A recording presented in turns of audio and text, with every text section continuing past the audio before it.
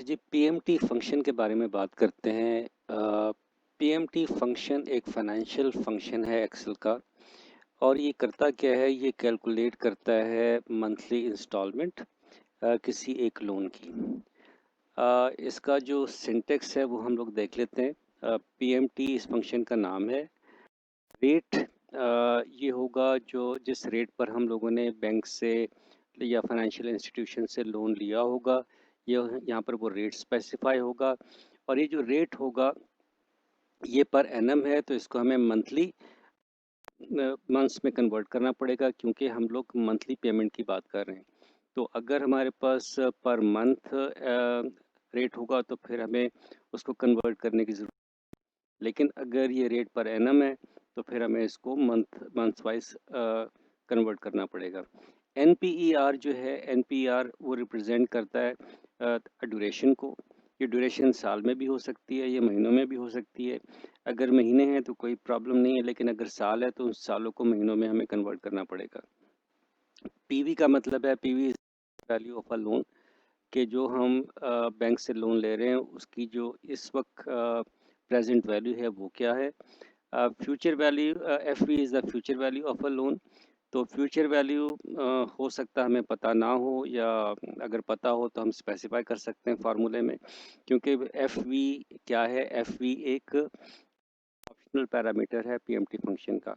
इसी तरीके से जो टाइप है, टाइप आपको ये बताएगा कि आपने जो कैलकुलेशन करनी है वो monthly payment at the beginning of month के हिसाब से करनी है या at the end of the month के हिसाब से करनी है।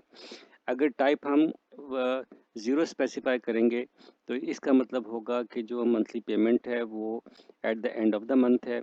और वन जो है वो डिफ़ॉल्ट है। अगर वन ना भी लिखें तो इसका मतलब क्या होगा कि जो हम मंथली पेमेंट हमने देनी है ये at the beginning of the month है, देनी है। आए जी, हम लोग यहाँ पर इस फंक्शन को अप्लाई करते हैं।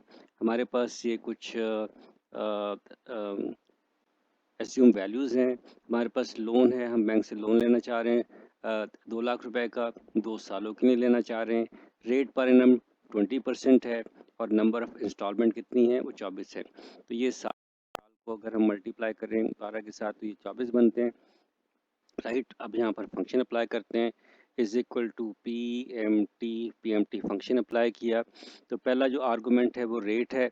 रेट हमारे पास ये सेल B6 के अंदर पड़ा हुआ है, और क्योंकि ये पर एनम है इसलिए हमें क्या करना पड़ेगा, इसको डिवाइड करना पड़ेगा बाय 12, ताकि जो रेट है वो पर। इसके बाद जो अगला है एनपीईआर है। एनपीईआर का मतलब है नंबर ऑफ ड्यूरेशंस कितनी है। तो यहाँ पर नंबर ऑफ इंस्टॉलमेंट्स यहाँ पर 24 हैं। तो यहाँ B7 के अंदर वैल्यू पड़ी हुई है, तो B7 हमने सेल सेलेक्ट कर लिया। इसके बाद अगली वैल्यू है पीवी। पीवी जो प्रेजेंट वैल्यू है आपके लोन की वो यहाँ पर पड़ी है B4 के अंदर, राइट। इसके बाद हमारे पास फ्यूचर वैल्यू है। फ्यूचर वैल्यू का हमें पता नहीं है, तो हम इसको क्या कर सकते हैं, इसको स्किप कर सकते हैं। और इसको स्किप करने के लिए मुझे 2 कॉमे डालने पड़ेंगे, राइट। अच्छा, इसके बाद फिर मेरे पास 2 ऑप्शंस आ गई, एंड ऑफ द पीरियड करना है या बिगिनिंग ऑफ द पीरियड करना है। इस केस में हमें स्टार्ट ऑफ द मंथ करना है, तो यहाँ पर मैं 1 कर देता हूँ और इसके बाद मैंने इसको एंटर कर दिया। अच्छा, अब मैंने जब इसको एंटर किया तो मुझे उसने ये बताया कि 2 लाख रुपए अगर मैं लोन लेता हूँ इंस्टॉलमेंट पे 20% पे, तो मुझे कितने रुपए देने पड़ेंगे। वो 10,012 और 29 पैसे की मंथली इंस्टॉलमेंट बनेगी। अच्छा, अब ये जो वैल्यू आ रही है जिस फॉर्मेटिंग में आ रही है इस पीएमटी फंक्शन के अंदर, ये ऑलरेडी फॉर्मेटिंग बिल्ट इन है। जो भी रेड वैल्यू हो और ये पैरेंथेसिस में हो तो इसका मतलब है हमने ये पैसे देने हैं। और ये करेंसी फॉर्मेट में है तो डॉलर साइन लगा हुआ है। तो अगर आप इसको डॉलर साइन नहीं दिखाना चाहते तो हम इसको फॉर्मेट भी कर सकते हैं, राइट। हम इसको जनरल, तो हमारे पास जो वैल्यू होगी वो ये आ जाएगी, राइट। अच्छा, अब इसी तरीके से हम पीएमटी फंक्शन अप्लाई करते हैं at the end of the month के लिए। ये पीएमटी फंक्शन आ गया और ये रेट मेरे पास ये आ गया, इसको मैंने डिवाइड किया बाय 12 के साथ। अच्छा, अब इस दफ़ा मैं साल लेता हूँ।